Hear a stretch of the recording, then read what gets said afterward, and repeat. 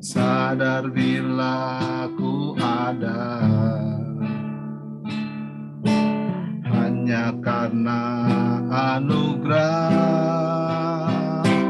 bukan karena kekuatanku. Shalom semuanya, selamat pagi Pak Wid, selamat pagi Bu Siska, selamat pagi Pak Adam, selamat pagi semuanya.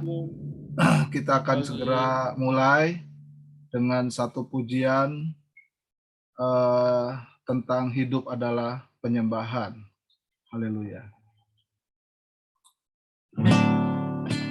Ku tahu hidupku adalah penyembahan. Kau ciptakanku dalam kemuliaan-Mu.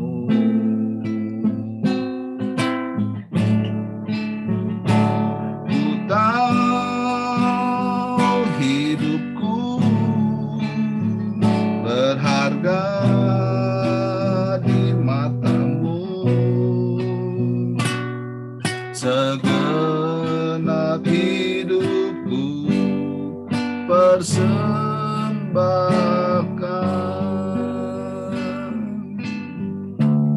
Pujian dan syukur, pujian dan syukurku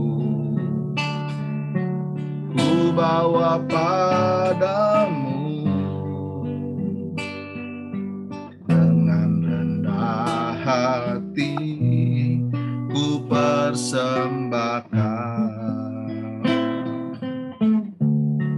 Sadar bila ku ada, sadar bila ku ada, hanya karena anugerah, hanya karena anugerah, bukan karena kekuatanku. Kita mau ulangi, kita mau katakan pujian dan syukurku kita naikkan pagi hari ini.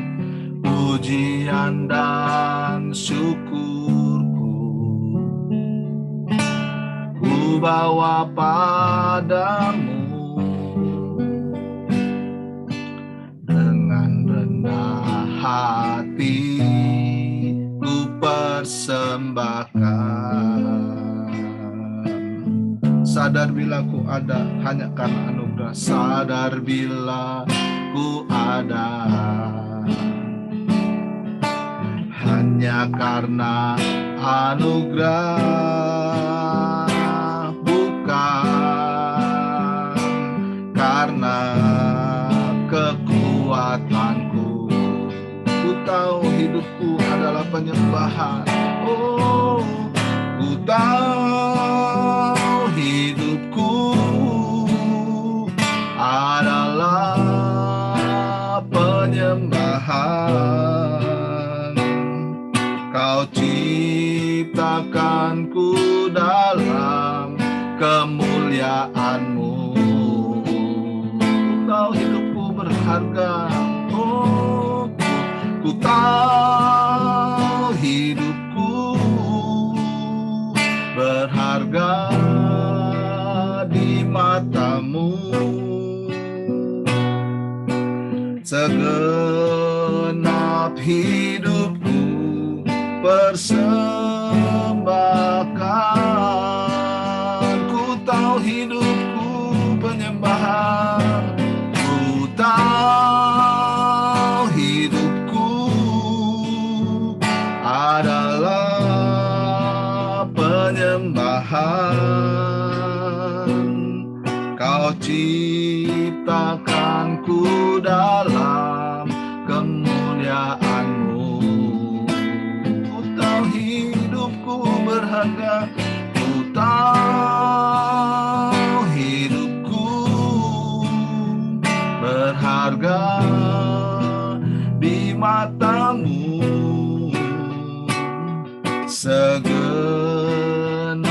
hidupku persembahkan. Ku tahu hidupku berharga. Ku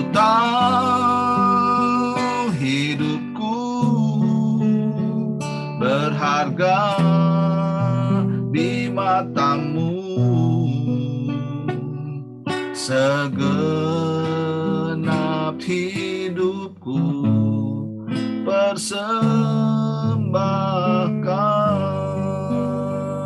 segenap hidupku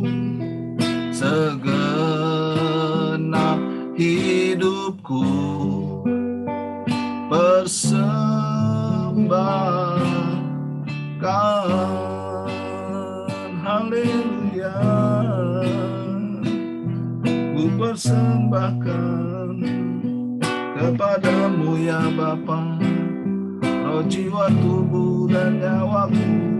Saat pagi hari ku bersyukur dan ku bersujud di kakimu, bawa pujian, ku sembah,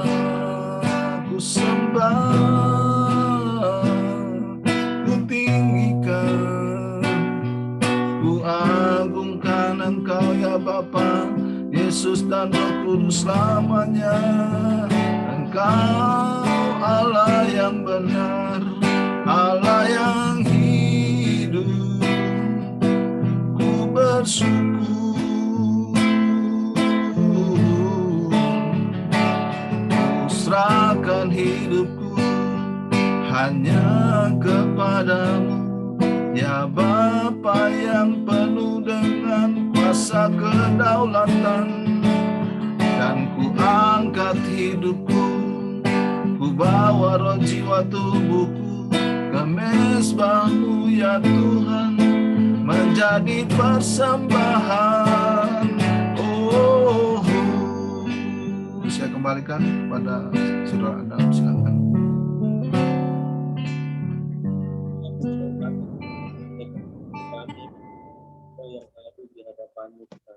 Terima kasih Tuhan, pada pagi hari ini kami terus dapat berkumpul Tuhan untuk membagikan kebenaran firman-Mu Tuhan.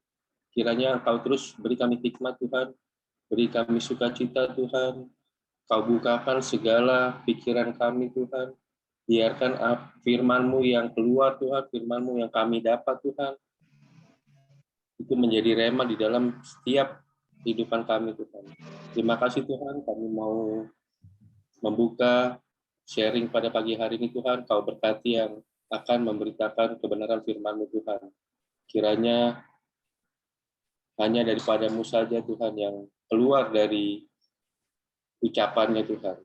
Kami mulai pada pagi hari ini hanya di dalam nama Tuhan Yesus Kristus kami berdoa dan bersyukur. Amin. Amin. Shalom, selamat pagi. Shalom semuanya.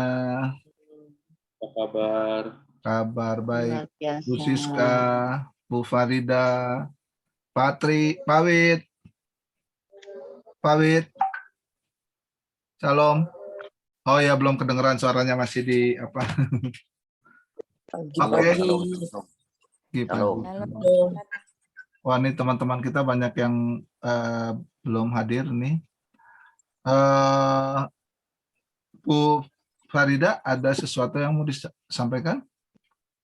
Belum kok, Yos. Belum. Iya, kemarin itu saya minta itu. Oke. Hari ini saya mau membahas sesuatu. Ini satu hal yang pernah terjadi. Tunggu, Bro Adam. Ada sesuatu Bro Adam yang sudah disiapkan? Mohon maaf. Oke. Lanjut ya. Suara hilang Bro Adam. Oke. Jadi gini Bapak Ibu sekalian, saya menerima satu WA yang saya nggak tahu Bapak Ibu terima atau tidak ya. Nah, di dalam WA itu disebutkan begini, tentang keadaan gereja di Inggris. Pernah dapat nggak WA ini ya? Bu Siska pernah dapat, Bu Siska? Saya tuh WA-nya sama grupnya banyak banget, Pak. Jadi saya kadang nggak baca. Saya mungkin karena cukup memperhatikan soal gereja kali ya, karena atau pelayanan gitu ya. Mungkin karena saya posisi sebagai hamba Tuhan lah, tanda kutip gitu ya. Saya jadi selain guru tapi juga hamba Tuhan. Di sini saya memperhatikan bahwa ada WA tentang ini, tolong bantu dicek. Terus ya kita coba diskusikan sedikit di sini. Di sini dikatakan ya bahwa beberapa wali kota di Inggris, kita tahu Inggris itu adalah negara tanda kurung adalah Kristiani, ya mau Kristen, Katolik atau Ortodok atau Anglikan. Nah, Inggris itu adalah tanda kutip basis lah. Nah, tapi di sini wali kota ada beberapa wali kota 1 2 3 4 5 6 7 8 9, kurang lebih ada 9 kota-kota yang cukup besar di Inggris. Itu wali kotanya non Kristiani seperti itu. Dan di Inggris sudah ada lebih dari 3.000 sekian tempat ibadah yang non Kristiani. Nah, tanda kutip di sini ada hal-hal yang baik sih, perkembangan ya secara umat yang beragama di sana seperti itu. Tapi yang perlu disoroti, maksudnya begini, dalam WA itu dikatakan kita harus terbuka matanya karena apa yang terjadi di Inggris ini sudah pernah terjadi di Turki, ya, di bangsa Eropa, di mana bahwa Turki di abad-abad awal itu, Turki bahkan pernah menjadi satu pusat kegerakan rohani, katakanlah begitu. Ya, dan yaitu bukti-buktinya di sini dikatakan Rasul Paulus itu warga negara Turki, ya, karena Tarsus itu ada di Turki. Nah, dulu kekristenan sudah ada di Turki hampir sampai 1023 tahun. Ya, sementara di Nigeria baru 172 tahun. Nah, apa hubungannya dengan Nigeria? Terus 7 negara yang Yesus bicarakan dalam Wahyu juga tanda kutip ada di Turki. Nah, Turki pernah memiliki auditorium seperti tempat berkumpul gitu yang sangat besar.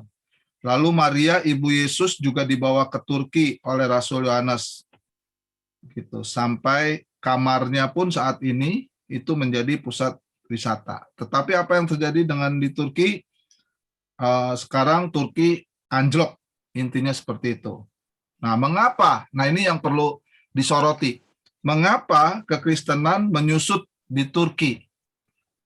Yang pertama, ada penekanan pada perbedaan doktrinal yang melemahkan gereja-gereja di Turki.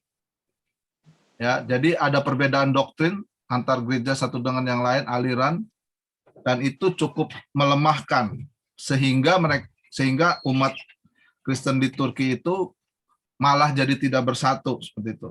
Terus yang kedua, pemimpin gereja lebih fokus mengajarkan hal-hal yang lebih materi daripada penekanan hal-hal karya roh pada jemaat.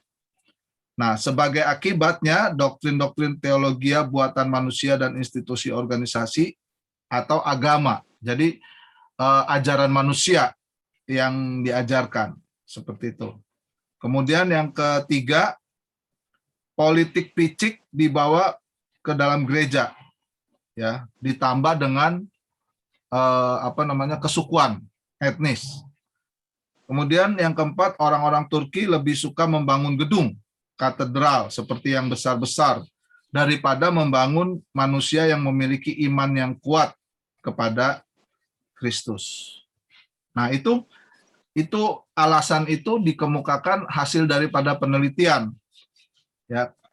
Jadi hasil penelitian itu kemudian dilanjutkan bagaimana semua itu bisa terjadi. Osman Ghazi menemukan bahwa perpecahan di antara orang Kristen yang menggunakan itu untuk melawan dengan cara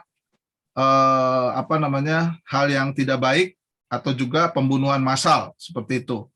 Ya, yang terjadi. Bahkan senjata perang digunakan dirancang juga bahkan oleh orang Kristen. Senjata perangnya juga orang Kristen sendiri yang merancang.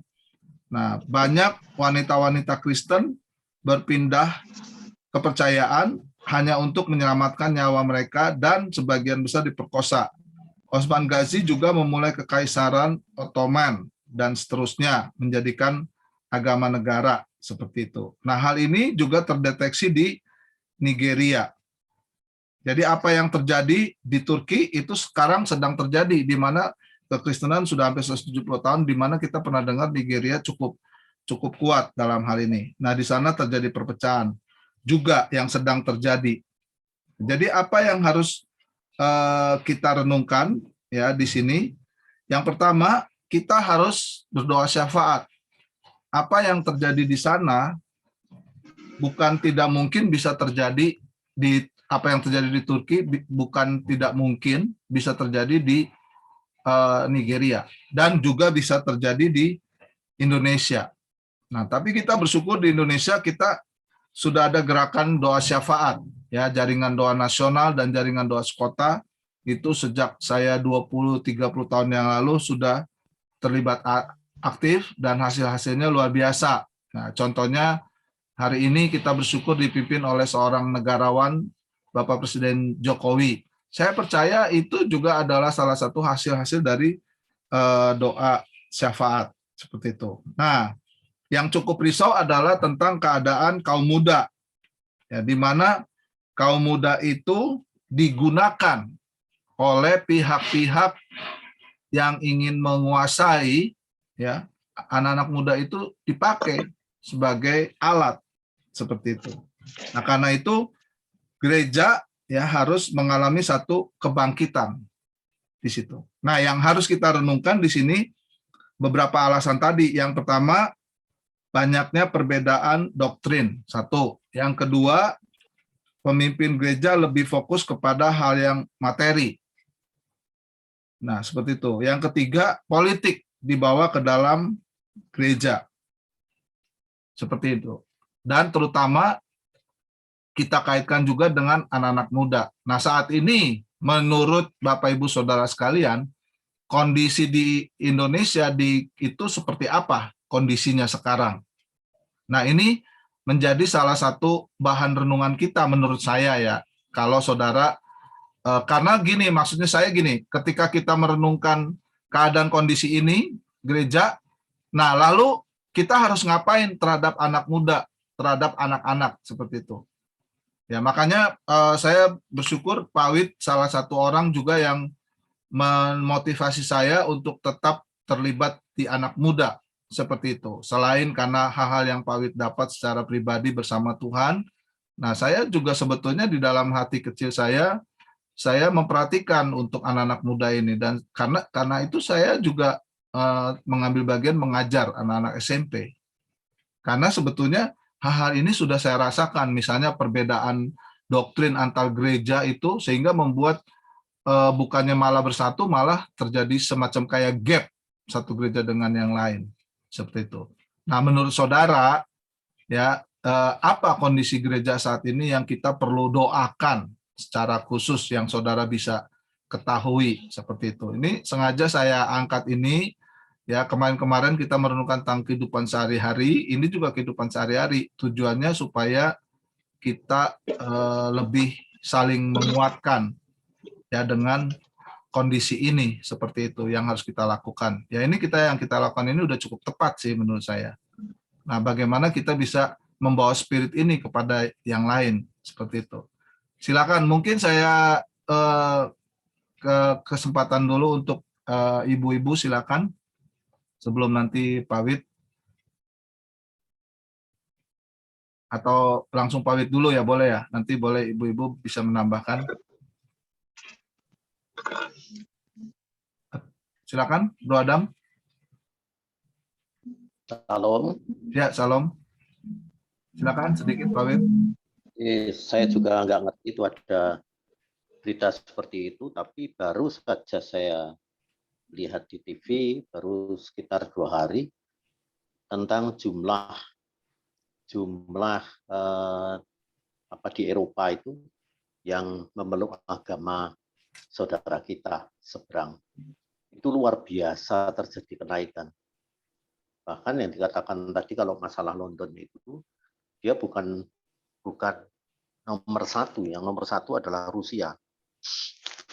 Rusia itu begitu luar biasa bahwa bekas-bekas apa yang dulu ada sekarang dipakai oleh saudara-saudara kita. Terus yang kedua Jerman, baru kemudian London, kemudian seluruh Eropa itu semuanya sudah mempersilahkan adanya agama lain itu, karena agama lain itu kan mereka cara-caranya adalah cara-cara yang sebenarnya kalau kita tahu itu adalah cara-cara yang sekarang dia hit, kemudian nanti dia akan menunjukkan siapa sebenarnya. Nah itu tidak tahu.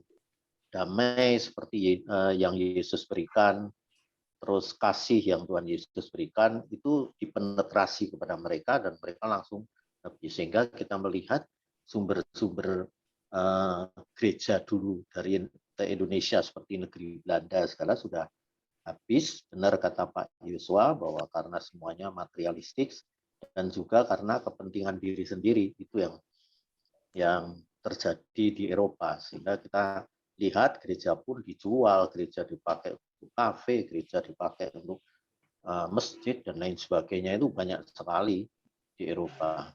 Kalau menurut saya supaya cepat saja saya bilang bahwa itu kesalahan dari para rohaniawan.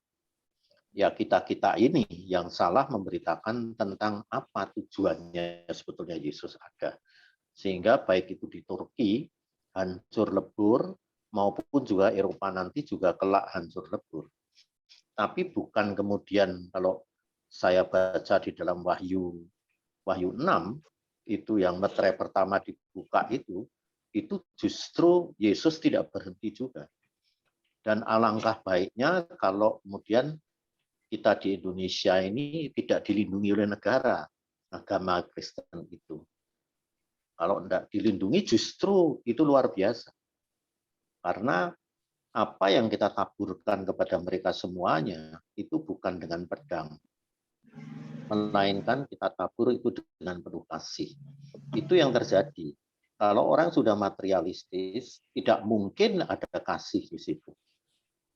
Kalau orang sudah kepentingan diri sendiri, bagaimana ada kasih di dalam dirinya.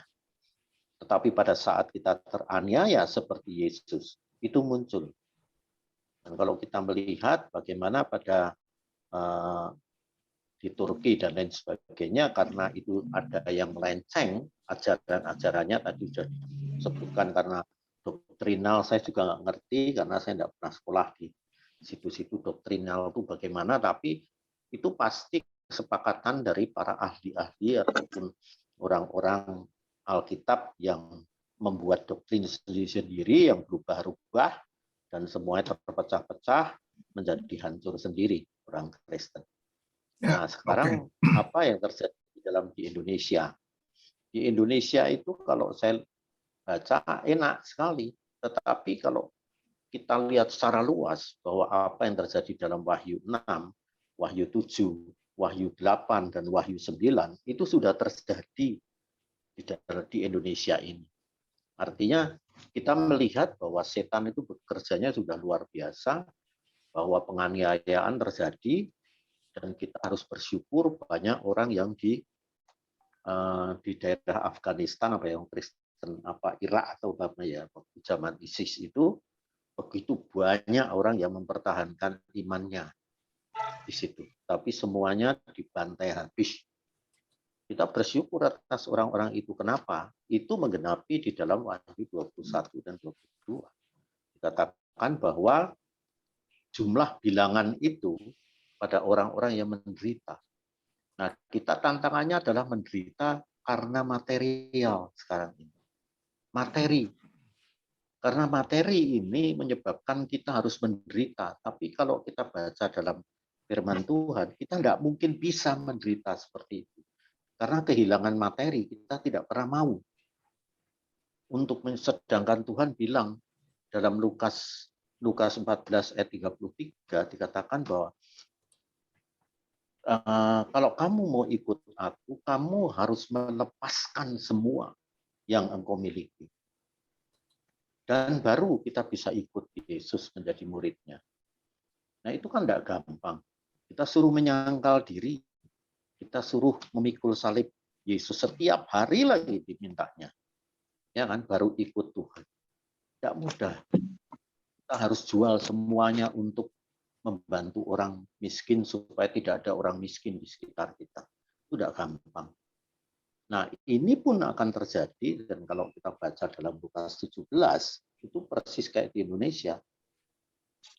Bahwa di Indonesia senang semuanya.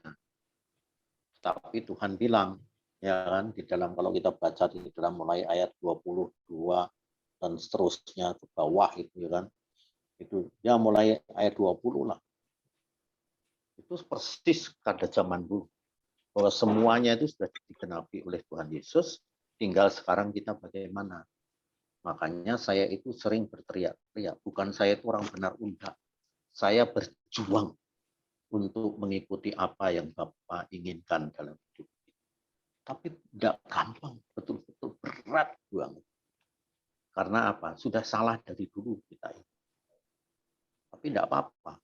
Terus kita harus menjadi pancaran kebenaran. Menghadapi segala sesuatu, kita sungguh-sungguh. Dan tujuannya kita ada. Apa sih tujuan kita setelah diselamatkan Tuhan Yesus itu apa? Tidak pada ngerti. Nah, ini yang repot.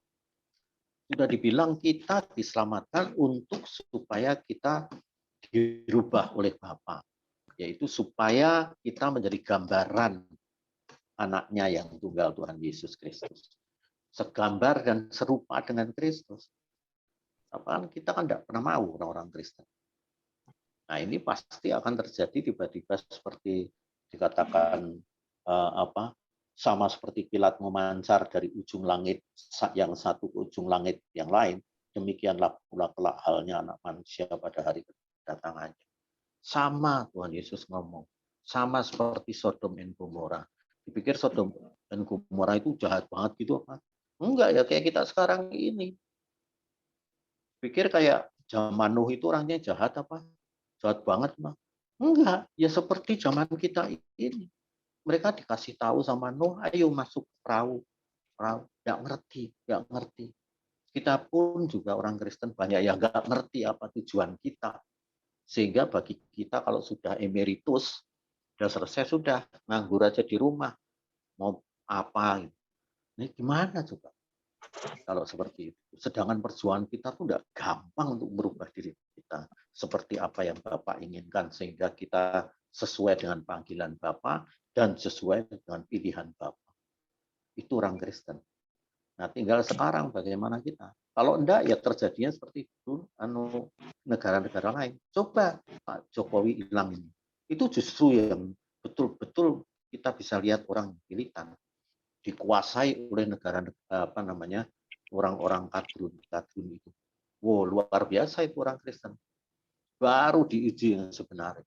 Apakah kita benar Kristen atau enggak? Kalau sekarang ujian kita ini tidak ada apa-apanya. Artinya tidak ada apa-apanya walaupun berat ya, kita harus meninggalkan semua untuk ikut. Seperti murid-murid Yesus. Mari kita semuanya.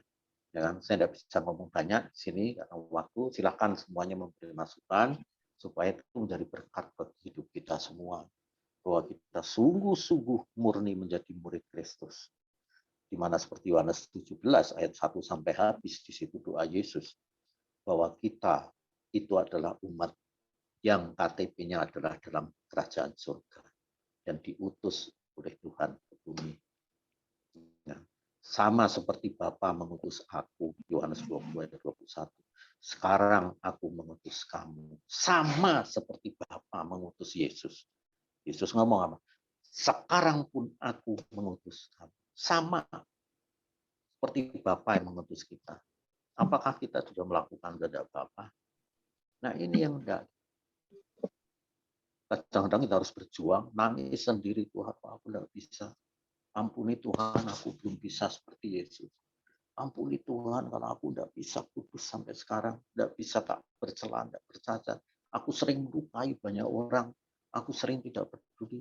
Nah, doa-doa kita kayak gitu, bukan minta-minta macam-macam, minta duit, minta apa. Itu sudah salah kaprah. Ya kan, kita dewasa rohani, waktunya tinggal dikit. Kalau kita cuma mau minta berkat, apakah kita dewasa? Enggak kan? Orang dewasa kan memberikan kepada apa yang sekarang papa mamahnya ada, harus menghormati orang tua. Ya kan? Tidak kemudian minta-minta sama orang tuanya. Oh enggak. Demikian juga kita dewasa rohani. Itu tidak pernah minta lagi kepada Bapa. Kalaupun minta, kita sudah beda. Tuhan, pimpin aku di dalam kekudusan. Aku minta Tuhan lindungi aku, supaya aku bisa hidup seperti Yesus hidup. Itu saja. Terima kasih. Wow, luar biasa sekali nih. Kalau saya sih mau menambahkan sedikit aja nih. Dari kitab Yohanes, itu yang justru ini yang melatar belakangi dan yang sangat menonjol nih bagi penulisan Yohanes nih, di mana ajaran palsu mengenai keselamatan dalam Kristus dan cara bekerjanya di dalam orang-orang percaya. Nah, sebenarnya banyak banget yang dibahas dari Yohanes di kitabnya. Di sini kita tahu Yohanes itu kan nulis berbagai kitab. Selain Injil ada 3 buah surat dan kitab Wahyu salah satunya. Di mana Yohanes ini menyebutkan adanya kita harus punya roh, membedakan roh. Sehingga kita tidak terjerat dalam situasi yang ada di Inggris pada saat ini. Begitu juga di Indonesia mungkin sudah memulai.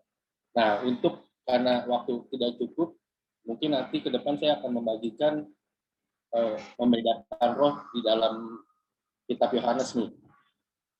Itu aja, silakan Pak Yos. Mungkin ada teman-teman yang lain. Ya, silakan. Saya mau bicara sebentar. Ya, silakan. Pagi. Oke. Pagi. Sejujurnya, saya pribadi juga menyayangkan ya keadaan-keadaan seperti ini. Tapi ya inilah, ini kan dunia ya, bukan sorga. Jadi di mana yang kuat, itulah yang berkuasa, itu pasti. Tapi saran saya, khususnya untuk kita para gereja-gereja. Nah, seperti kita di sini juga kan, mungkin kita tidak satu gereja. Tetapi yang saya sarankan untuk kita gereja-gereja mungkin ya, jadi di Jakarta, mungkin di Indonesia, haruslah kita belajar untuk menghormati, seperti juga kita tidak boleh mengambil jemaat lain. Nah, saran yang saya minta adalah untuk mungkin kita para orang yang gereja-gereja adalah kita tuh harus memiliki ciri khas tertentu. Jadi misalnya gereja ini dia ciri khasnya apa, gereja ini ciri khasnya apa.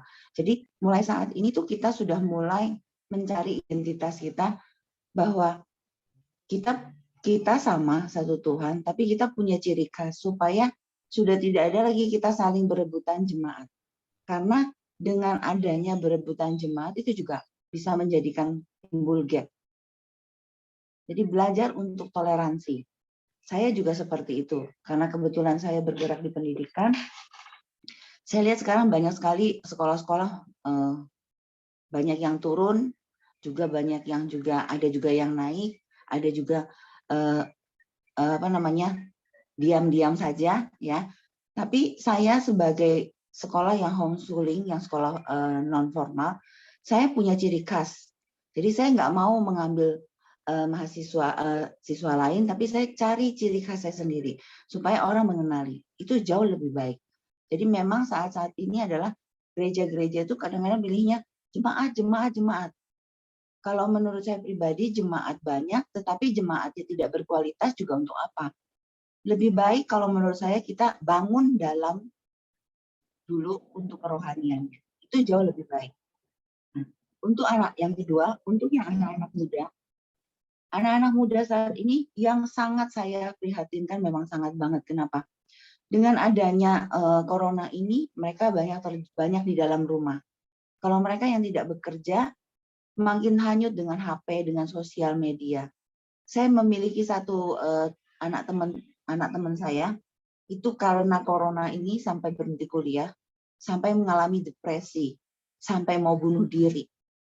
Dan itu karena apa? Kalau saya lihat bukan salah anaknya juga, tapi balik lagi ke orang tua. Nah, saran saya, kita orang tua ini, kita harus sebelum kita membangun anak-anak muda yang di luar, kita bangun dulu anak-anak kita yang di rumah dari kecil. Kita yang harus lebih banyak perhatikan anak kita. Karena kalau kita tidak perhatikan anak kita nggak bisa nggak bisa membantu orang lain. Jadi sebelum membantu orang lain, kita bantu dulu anak kita. Nah, kalau anak muda ini yang ada di kita ini sudah baik, misalnya anak kita tinggal support mana yang paling bagus untuk mereka. Misalnya, dorong mereka untuk motivasi untuk menarik anak-anak muda. Nah, jadi Pak Adam mungkin Om Yos tetap semangat ya untuk anak-anak muda ini. Mereka memang kita harus berdoa. Ini yang paling utama nih saat ini adalah untuk mencari seorang pemimpin adalah kita harus berdoa sungguh-sungguh. Karena kan regenerasi itu kan harus ada. Jadi kita harus berdoa untuk Tuhan kasih seorang pemuda, seorang anak-anak muda, mau perempuan, mau laki-laki, untuk pegang Indonesia ini sungguh-sungguh. Itu saja sih kalau menurut saya, karena anak muda saat ini benar-benar memprihatinkan. Tapi saya juga pernah lihat di satu gereja, sekarang gereja-gereja online kan full ya, ada satu gereja yang namanya GPCC, itu saya ikutin sekali setiap hari Minggu, itu semua anak muda dan memang luar biasa ngelihat. Jadi ada memang pertumbuhan yang menurun, tapi saya juga lihat banyak juga kebangkitan anak-anak muda yang benar-benar dipakai Tuhan. Jadi mari Bapak Ibu, kita yang masih ini walaupun kita tidak tidak banyak mengenal firman, mungkin kita bisa berdoa paling utama. Begitu aja. Benar nggak Pak Wid? Ya, amin, amin. Ya, kita seru sekali sebenarnya dengan waktu yang cukup terbatas. Tapi kalau mau closing statement silakan. Kalau enggak saya berikan ke Pak Wid. Ya, saya sengaja ini supaya kita sedikit terbangun dengan kondisi kita. Jangan kita hanya memikirkan diri sendiri, tapi bagaimana kita bisa membangun kerajaan Allah. Silakan. Kalau nggak ada, Pak Wid boleh tutup dalam doa ya. Masih ada yang mau memberi masukan beberapa menit ini? Tinggal satu. Ya, Yuk, kayaknya langsung aja kali Pak. Mari kita berdoa, mengucap syukur kepada Tuhan. Engkau sudah memimpin kami dan Engkau hadir Tuhan di dalam persekutuan ini. Morning Spirit, terima kasih Bapa di surga, kami mengucap syukur. Tapi nampak sekali dalam kehidupan kami sehari-hari, begitu banyak kekurangan yang kami perbuat. Terlebih-lebih sering kami hanya mementingkan diri kami. Kami tidak mementingkan apa yang Tuhan inginkan. Kami tidak mementingkan apa yang Tuhan kehendaki. Sedangkan Engkau Tuhan menginginkan kami semuanya itu kelak bersama-sama dengan Tuhan dalam kerajaan surga. Bapa di surga, sungguh segala pelajaran-pelajaran yang kami dapat adalah pelajaran-pelajaran yang luar biasa akan apa yang terjadi di dalam dunia kekristenan. Biarlah Tuhan Engkau terus membangun diri kami masing-masing ini Tuhan di dalam grup ini, agar kami bisa seperti yang Tuhan inginkan, yaitu seperti gambar putranya yang kudus, yang tunggal Tuhan Yesus Kristus. Agar kami bisa